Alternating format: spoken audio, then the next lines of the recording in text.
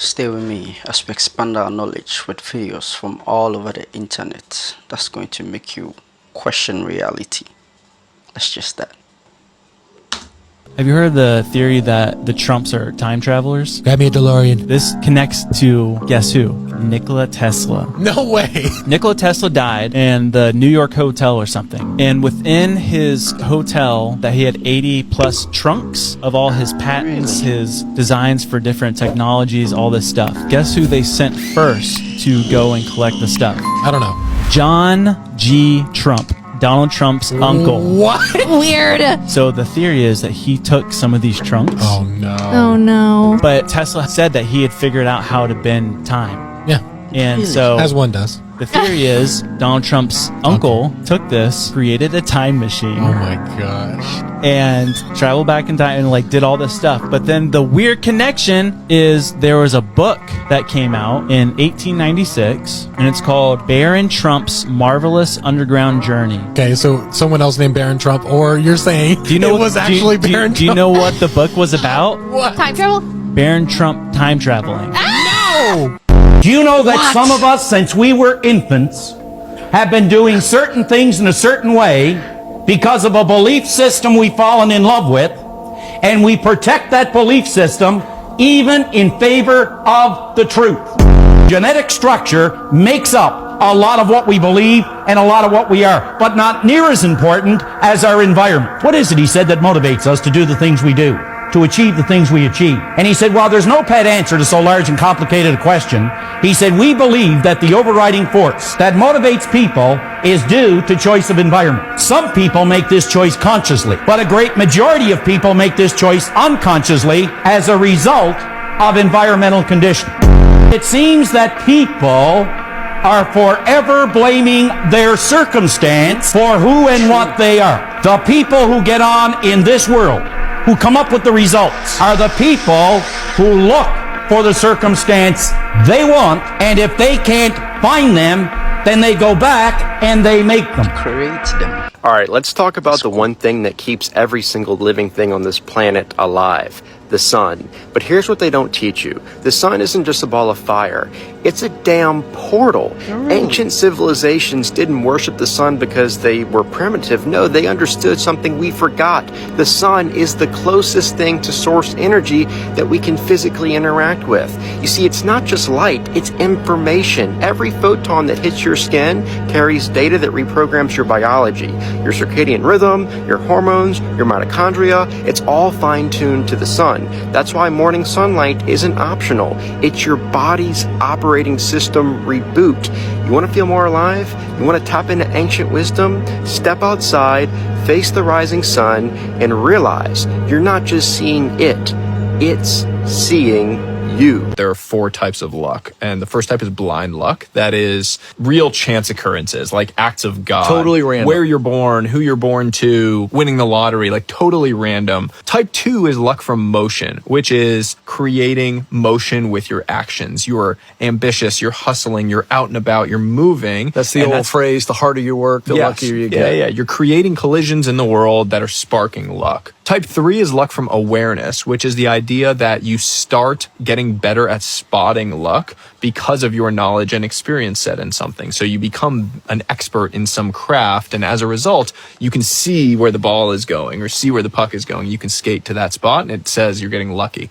And then type 4 is uniqueness luck. It's the idea that because of your unique set of eccentricities or hobbies, luck starts actually coming to you. People view you as the one person on that thing. So when the event happens, they come to you. The luck is kind of dropped in your lap. Not all luck is created equal. You can actually create luck in your life through the actions that you are taking. And while the early years of your life are governed by blind luck, those things that you cannot control, where you're born, who you're born to, the circumstances of your upbringing, the rest of your life is really governed by controllable things. And through taking actions, you can actually expand your luck surface area, the surface area within your life on which lucky events can strike. Yeah. If you had to guess makes which sense. recreational drug had the highest chance of actually causing you to develop permanent psychosis, Really? what would you guess? The answer actually is cannabis, and this is why it's so Permanent scary psychosis. because I feel like friends, family, patients think that cannabis or weed is just like this harmless substance. Fortunately, I've seen many patients in the emergency room in the psychiatric clinic coming in presenting with paranoia, visual hallucinations, hearing voices, all of these things because they were smoking weed. Now, sometimes it is temporary, but if patients have a predisposition or family history of psychosis, schizophrenia in the family, then they are actually at a higher likelihood of having this kind of psychosis permanently. So it can be very scary and serious. Though weed and cannabis is becoming normalized, that it actually does still come with risks, and to listen to your body and recognize if you start feeling abnormal or acting not like yourself. South Africa had never been impressed with Obama's approach. You know, we realized we'd learned Obama's a queer married to a man who dresses as a woman. We'd all learned that. It's not common knowledge, you know, that Michelle Obama's a man. Of course. You don't know that? I didn't know that, no. Well, now you know. Yeah. Yeah. Joan Rivers mentioned it publicly, and she was dead 2 weeks later, by the way. You think? Oh, yes. They axed her, eh? They axed her, yeah. So that's common knowledge. You can look it up on any internet thing. I'm sure. And, Michelle Obama's a man. Obviously, you know, they've got, got pictures of her in tracksuits with a 9-inch slong hanging down her leg. Oh. No, it's a leg. Anyway. In the 1600s, Europe was in a trade domination race. Spain and Portugal controlled gold and silver from the Americas, and the Dutch East India Company controlled the spice trade in Southeast Asia. Britain had no colonies, no access to foreign markets, and no financial power. They were behind in global trade, and they needed to make money quickly. The monarchy was broke, and Queen Elizabeth couldn't afford any more state-funded trade expeditions. The wealthy aristocrats came up with an idea.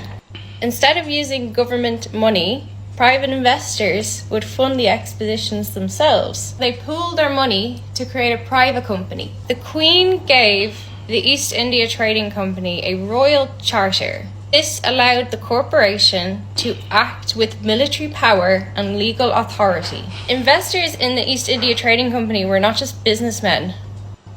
This is England's ruling elite. There was Sir Thomas Smith, Sir John Watts, Sir William Garrard. This joint stock company model was a new financial tool that allowed these merchants to fund large-scale colonial expeditions without any royal control or oversight. It was very much a situation of Queen Elizabeth agreeing what she doesn't see, she doesn't know. Before this, only kings and queens could afford overseas expeditions. East India Trading Company was the birth of corporate imperialism. They were a private company acting with the power of a country. For the Crown, this was great. It meant no financial risk. The company took all the risks. The Crown only collected taxes. Unlimited power. The EIC could capture new colonies without Britain needing to declare war. And it was able to act in secrecy, conquering land, controlling trade, and waging wars on behalf of the Crown without officially being a government force. No other English merchants were allowed to trade without the approval of the East India Trading Company. And while the company made a few families filthy rich, the British public got higher taxes and wars in their name. They first arrived in India as traders, but soon took over with war, bribery, and economic control. They forced Indian farmers to grow opium and cotton instead of food. They taxed Indians so heavily that people had to sell their own children just to survive. Villages were burned and women and children were massacred. British soldiers even tied Indian rebels to cannons and blew them apart. Tens of thousands of people were hanged, shot, or tortured to death, while millions more died of famine. And the British refused to give any kind of food aid, saying that it would make the Indians lazy. East India Trading Company had an army of 260,000 soldiers. That's bigger than the British army was at the time. And they systematically invaded and destroyed local communities across India and Southeast Asia.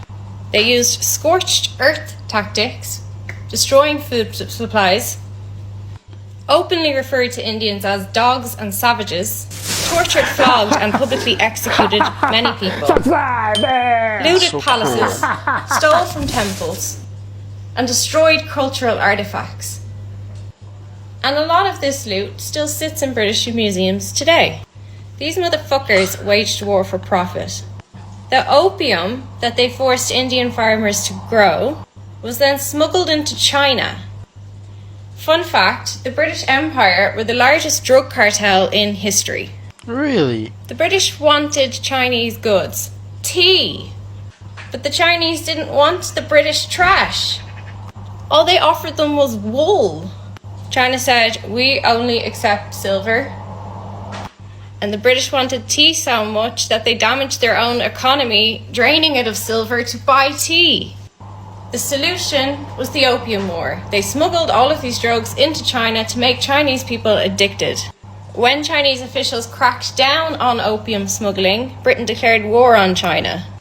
And in 1842, the Chinese were forced to give the British Hong Kong, open 5 ports to British trade, that's why. and pay reparations for the opium they I destroyed. understand now. This wasn't enough for the British. They wanted more access to China. Okay. So they invaded Beijing and they looted and burnt the Summer Palace. In 1860, China was forced to legalize the opium trade, allow Christian ministries in, and open even more ports for British trade exports. This caused the Century of Humiliation. Opium addiction devastated Chinese society. Their economy collapsed and they lost control of their own markets. Foreign powers carved it up, as usual, and in 1911 the Qing dynasty fell. These wars were funded by British taxpayers, despite being waged by a private company. And so at home, in Britain, ordinary workers are being forced to pay more taxes while the rich pay literally nothing. This meant that small British businesses couldn't compete with the EIC. Food prices at home rose, resources were redirected towards empire building, and British workers faced extreme poverty while the London elite built massive fortunes. Poor British men were forced into the Navy and the Army to fight these drug lords' wars. Many of them were shipped off to India, China, and Africa to die for corporate profits. They believed that they were fighting for their queen and their country, but actually they were fighting for the gold-lined pockets of murderous investors. $45 trillion was stolen from India. Millions were killed by famine as the British took food away. Millions of people in China became addicted to opium. And the EIC supplied Atlantic slave trade and enslaved labour for plantations. African gold, diamonds and land were seized to fund the British industry. The average British worker saw no benefits from any of this empire building. The British Empire was a pyramid scheme. Only the aristocracy got rich off it. Everyone else paid a price, huge price. These people didn't give a fuck about their nation or their queen. They cared only about themselves and their greedy wealth. There was never anything civilized or progressive. This was land theft, control, profit, and bloody warfare. Colonization was a game for bored London elites. The castle should not have existed. We had flown beyond all known maps past the final frontier. And yet there it was, ancient, waiting. A golden kingdom and a massive engraved door. A staircase ascended, in a room a wheel within a wheel, spinning on its own. Golden statues, faces eerily lifelike. At the center, an ancient map etched into stone. And then the egg, flickering with the fire from within. The air was heavy, the silence unnatural as our team studied each room. The others hesitated, but it was not over. Inside ancient thrones, still occupied by skeletal remains, stared back at us. We were not the first to stand here. They had been waiting, watching. It was here that I knew this place was never lost. It was abandoned, left behind for reasons we were not meant to understand. The ice did not bury it. It protected it from us. I found this out recently that every single one of the holidays, we talked about holidays before. All the time. This one's different. They say every single holiday that we celebrate is celebrating one of the 7 deadly sins. Every single holiday. Think about it. Really? So the easiest one, Valentine's Day, celebrates the sin of lust. Okay. Christmas celebrates. Here, I'm gonna show you, bro. Okay, let me see. Check this. Christmas. It's a whole list. This Christmas. Okay, boom. Easy one. Ready? Valentine's Day represents lust for obvious reasons. Now, Thanksgiving, that celebrates the sin of gluttony. Gluttony, yeah, because you're eating a lot. You're overeating. You're taking too much more than you need. Yeah. Now, Christmas, what do you think that is?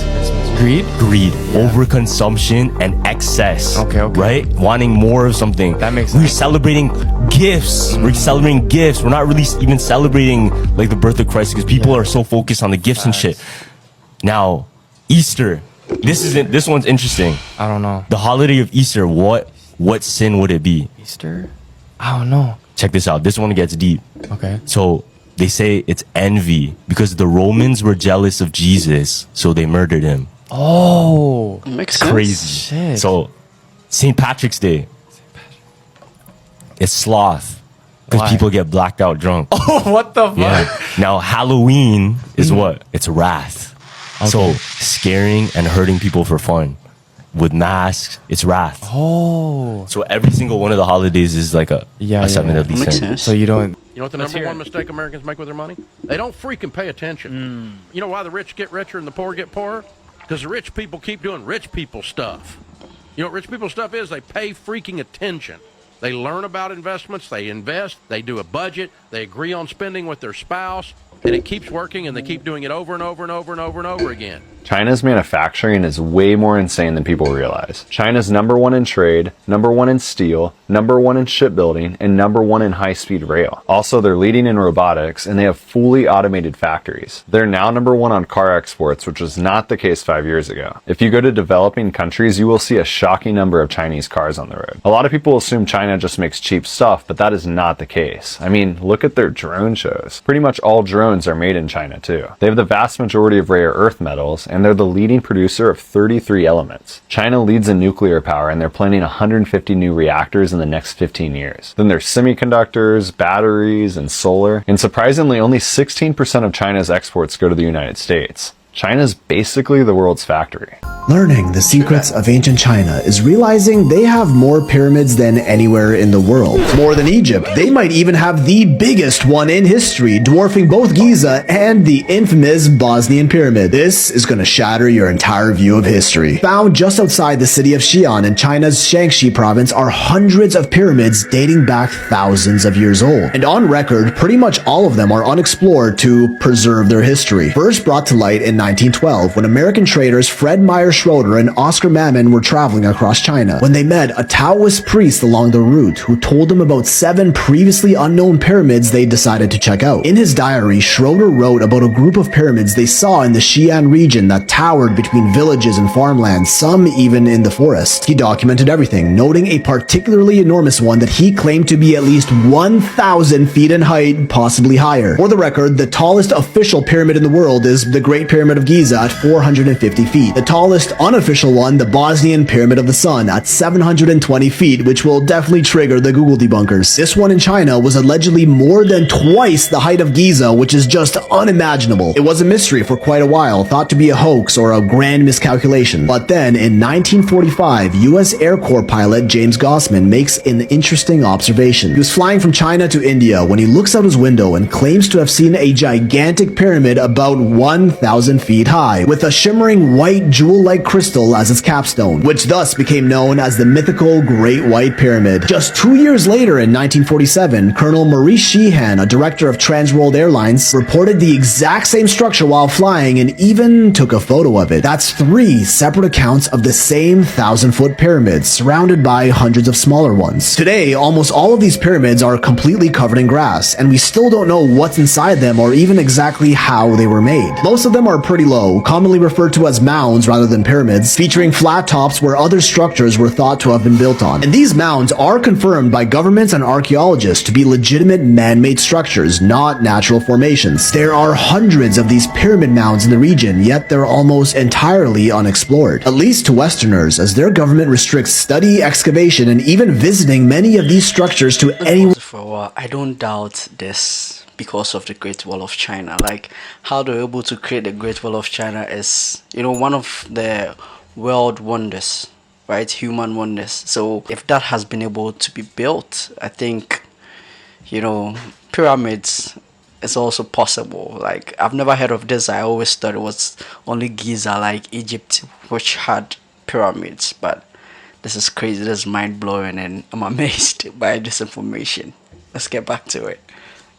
Anyone but their inner circle, with the 1,000-foot Great White Pyramid now commonly regarded as a myth, as no one has formally been able to study it up close. But attempts have been made. In the early 90s, German investigator Hartwig Hausdorff did search for it, but was unsuccessful. As he reported, Chinese military meticulously patrolling the exact region it was supposed to be in, which ended his expedition. Strangely too, local farmers are apparently encouraged to plant trees on the pyramids, almost like they're trying to cover them up. In the year 2000, China released a statement saying they've discovered about 400 pyramids in the Shaanxi province alone. Egypt has about 120 confirmed pyramids. Sudan, the official leader of pyramids by sheer numbers in the world, about 250. 400 is more than both of those combined, although many of them are officially considered mounds. Strangely too, while dozens of official news articles reported on this 400 number in 2000, recent reports have scaled that number down to about 40. And the pyramids here are once again lined up with the cardinal directions, northeast, southwest, a common trait among virtually every pyramid in the world. There's a grouping of pyramids whose positioning appears to be just slightly misaligned from the Gemini constellation, but computer analysis determined would be perfectly aligned during the spring equinox of 10,500 BC, suggesting that's when they may have been built. Others are aligned with the Orion constellation, just like the pyramids of Giza in Egypt and the Teotihuacan pyramids in Mexico. 3 different continents, thousands of kilometers apart, all using similar construction patterns, and also happen to be aligned in an almost perfectly straight line with each other on a global scale. Is this an indicator of shared ancient cultural knowledge among these civilizations that we're not aware of? Or perhaps even a singular source that built them all, both of which would be groundbreaking discoveries. And this isn't the first time this correlation was made. In 1785, Joseph de Guines, a French historian, wrote an essay in which we prove the Chinese are an Egyptian colony, bridging a connection between the two cultures based on not only the presence of pyramids, but also similarities in cultural practices and writing styles. Remember, these are all just theories, but please kindly do share your opinions if you disagree. Maybe they were built as tombs, as history suggests, even though many of them lack historic records on their construction. And this doesn't even touch upon the Anlong Mountains further south, which they insist are just natural formations, and like, okay buddy. And the problem is, with their country's restrictions, we can't even go in and study the pyramids of Xi'an ourselves if we wanted to. So much of our world's history is guarded by the red tape of the governments whose countries these sites are found in. Everything we claim to know is simply just what they allow to be made public. If there ever was some previous advanced civilization that existed here tens, even hundreds of thousands of years ago that got wiped away by some worldwide cataclysm, do you really think those in charge would let that information go public and risk losing all their power in the worldwide panic that would follow? Like, if it happened to them, who are allegedly more advanced than us, then what's stopping it from happening again to us?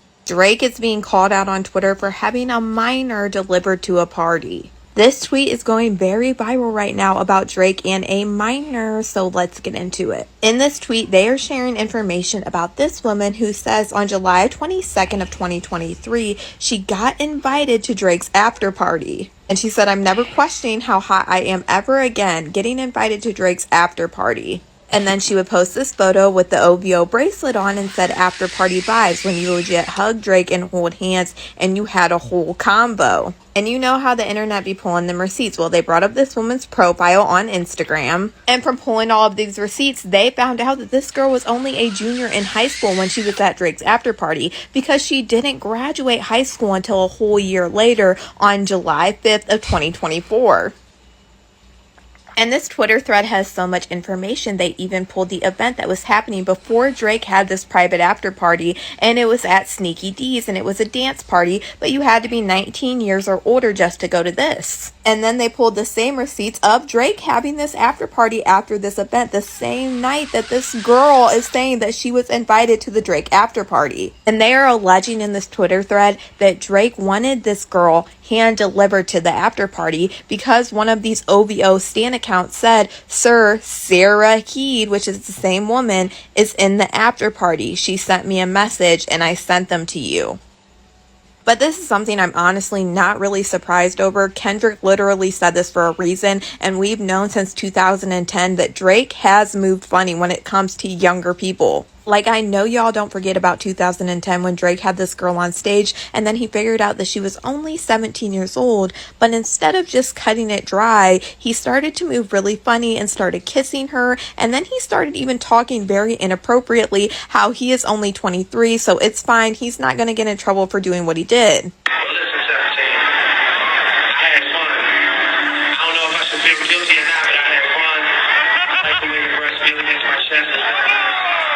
Feel guilty for what? What did you do?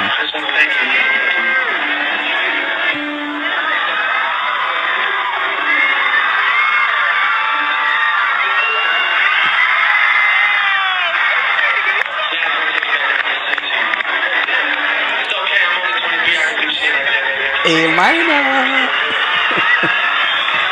Good. He said it felt good. Y'all have to understand, Kendrick said what he said for a reason, and honestly, I don't think this is anything that Drake will ever be able to live down. But y'all let me know what you guys think about all this in the comments.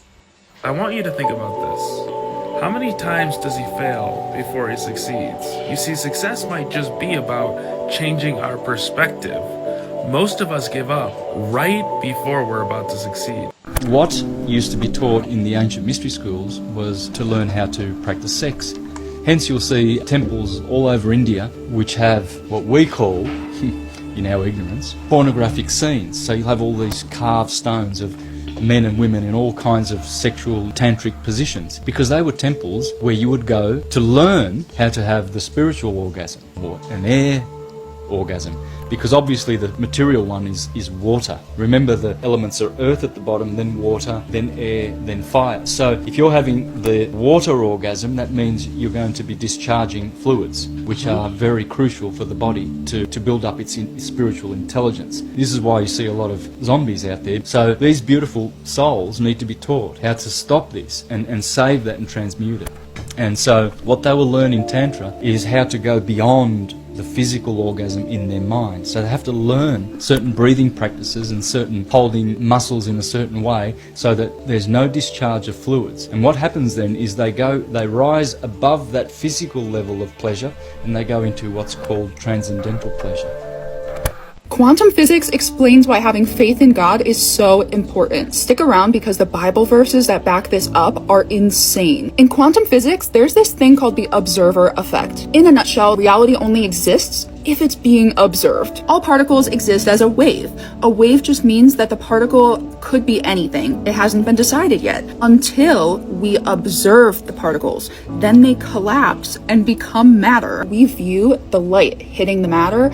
Our eyes process it and send it into our brain, which on a small scale projects reality outwards. So if we're able to do that, imagine what God can do. When you turn your eyes to God and have faith that He is there and He's watching you, imagine what His observation in your life can do. And we look to Him, He will project the reality that we are asking for. Hence why when Peter was walking on water, the second he looked away from Jesus, he started to sink. James 1 says, if any of you lacks wisdom, let him ask God, who gives generously to all without reproach, and it will be given to him. But let him ask in faith with no doubting, for the one who doubts is like a wave of the sea that is driven and tossed by the wind. I don't believe in coincidences. It literally says, if you doubt, it's like a wave. I can't help but feel like that's saying Your doubt is going to make sure that you don't get what you've been asking God for. The particles don't collapse. They stay in a wave format. The only app that will guide you through these types of revelations and theories is called Haven. If you're like me and love trying to understand the Bible, this is your app. I asked it to give me verses that talk about God observing us or watching us. We have Psalms 33:18, but the eyes of the Lord are on those who fear him, on those whose hope is in his unfailing love. He's watching the life of those that have faith in him. 1 Peter 3:12, for the eyes of the Lord are on the righteous and his ears are attentive to their prayer. Psalm 34:15, the eyes of the Lord are on the righteous and his ears are attentive to their cry. Matthew 6:4, so that your giving may be in secret and your Father who sees in secret will reward you. Proverbs 15:3, the eyes of the Lord are everywhere, keeping watch on the wicked and the good. Hebrews 11 says, now faith is the assurance of things hoped for,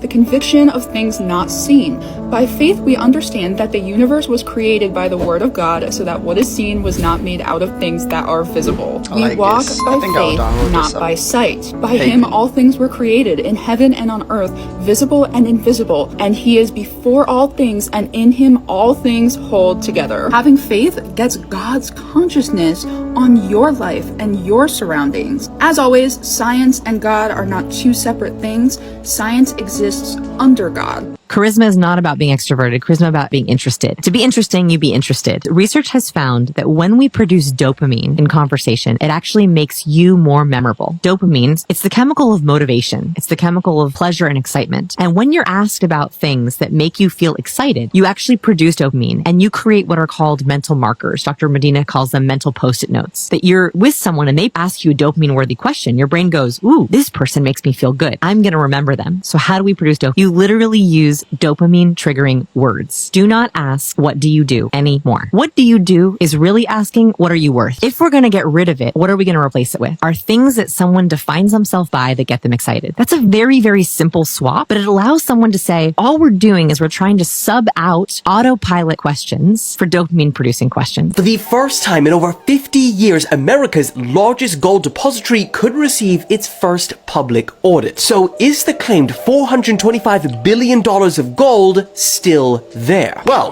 that's the question Elon Musk in the Department of Government Efficiency is asking. You see, Fort Knox is one of the most secure facilities in the world, and it's located adjacent to the Fort Knox military base in Kentucky. It was established during the 1930s, during the Great Depression, to secure a significant portion of the nation's gold. It has a strict no visitors policy, and that extends to everyone. There is only one president in history to have entered the gold depository, Franklin D. Roosevelt. In fact, the last time that the public saw what was inside was all the way back in 1974 when they allowed journalists and a congressional delegation to enter because there were rumors that it was empty. Once those rumors were dispelled, the door stayed shut until 2017. And that's when the Secretary of Treasury visited. And now, those rumors are back. And Elon and Doge don't want to just visit. They actually want to go inside and audit the reserves and make it public and even live stream it, which would all be unprecedented. So the question is, do you think this is a good idea and helps with transparency, or is Elon just fueling unnecessary distrust?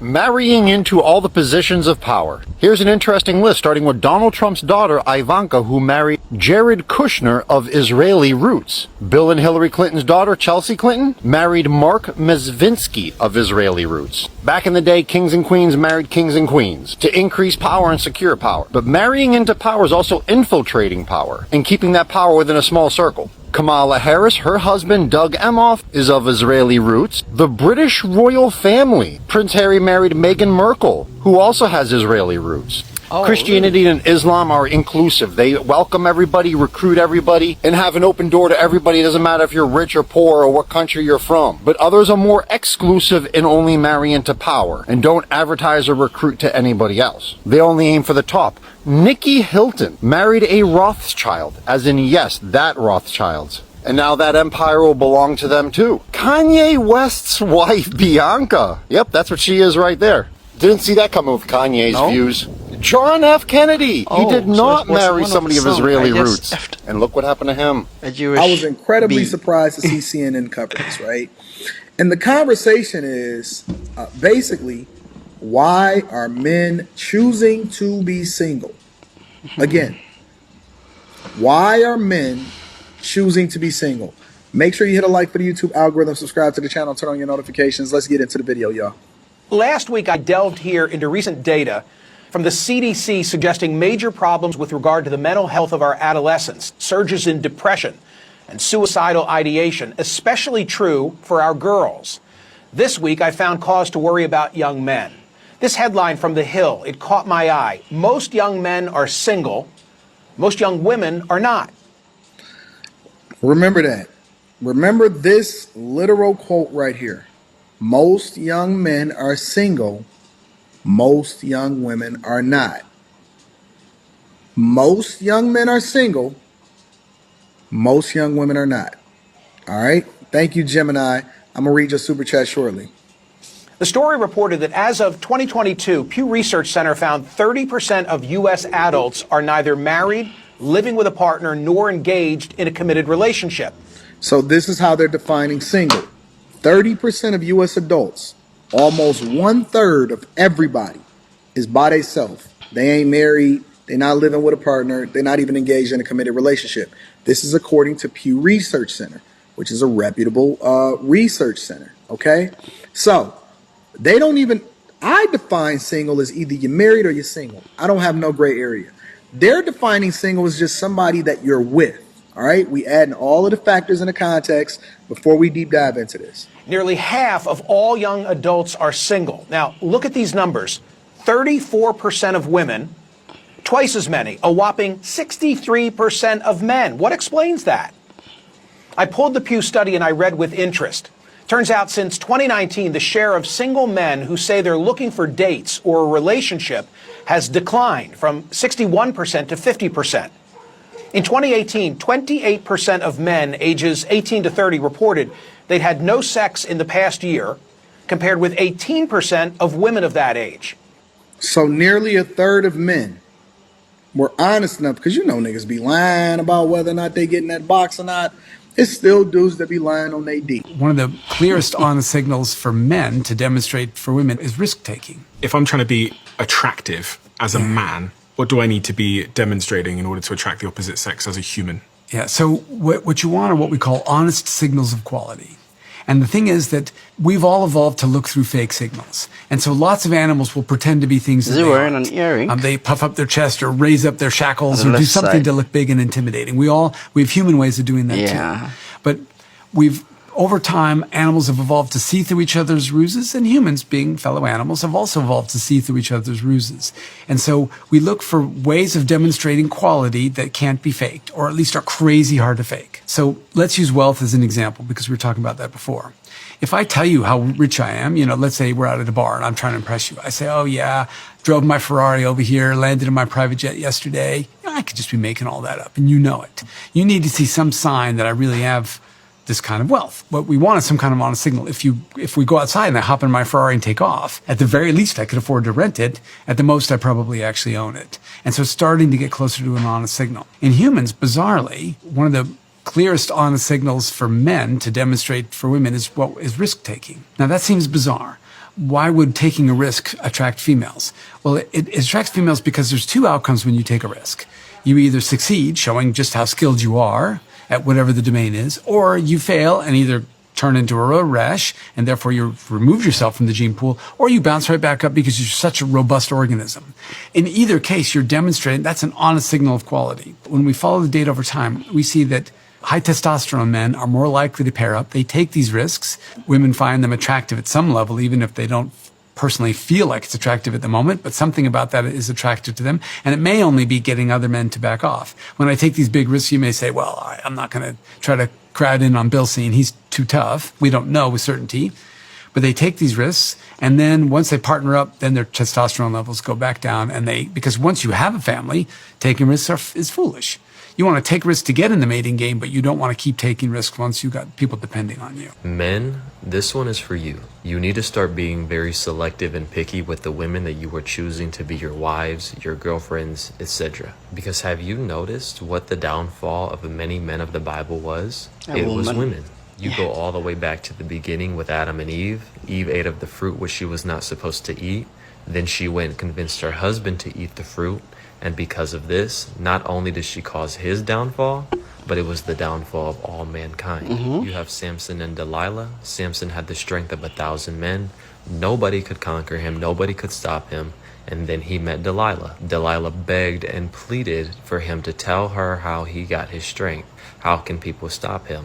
He finally broke down and told her. She ratted him out to his enemies, thus causing him to get his eyes gouged out and for him to lose all of his strength. You have David and Bathsheba. David, a man after God's own heart, God's chosen anointed king. David was out strolling the rooftop of his palace. He was looking over the city when he happened to look upon Bathsheba. She was taking a bath. He invited her over, he slept with her, and thus caused his downfall of being kicked out of his kingdom by his own son, being chased back into the wilderness to a place where God had delivered him from originally, all because of what he did with this woman. You have Solomon and 1,000 women. Solomon heard from the Lord not once but multiple times. Solomon saw how God gave him wisdom. He gave him prosperity. He made him the richest man of the entire land, the wisest man in the entire world. God blessed him with peace during his entire reign. And yet with all his wisdom, Solomon, sleeping with these women, was convinced to start worshiping and giving offerings and sacrifices to false gods. And I could continue on. You have Reuben and Bilhah. Reuben sleeping with his father's wife, losing his birthright, losing the blessings that come with being the firstborn child because of his actions with this woman. This is why you are to guard your affections. This is why you should not be out here sleeping around with all these women. You should not be out here playing games with women and girls who you have no intent of even having a relationship with, being with full-time, long-term. You should not just be out here picking any woman to be with. You need to find a woman who is after God, a woman who puts God first place in her heart, a woman who is modest, a woman who is not out here showing her body, who is not out here pimping herself out, a woman who is not promiscuous, a woman who is not always causing division and strife, a woman who is not always trying to fight and argue. You need a woman who leads with love, a woman who has morals, a woman who has values, a woman who knows her self-worth, and a woman who is there to raise up her husband,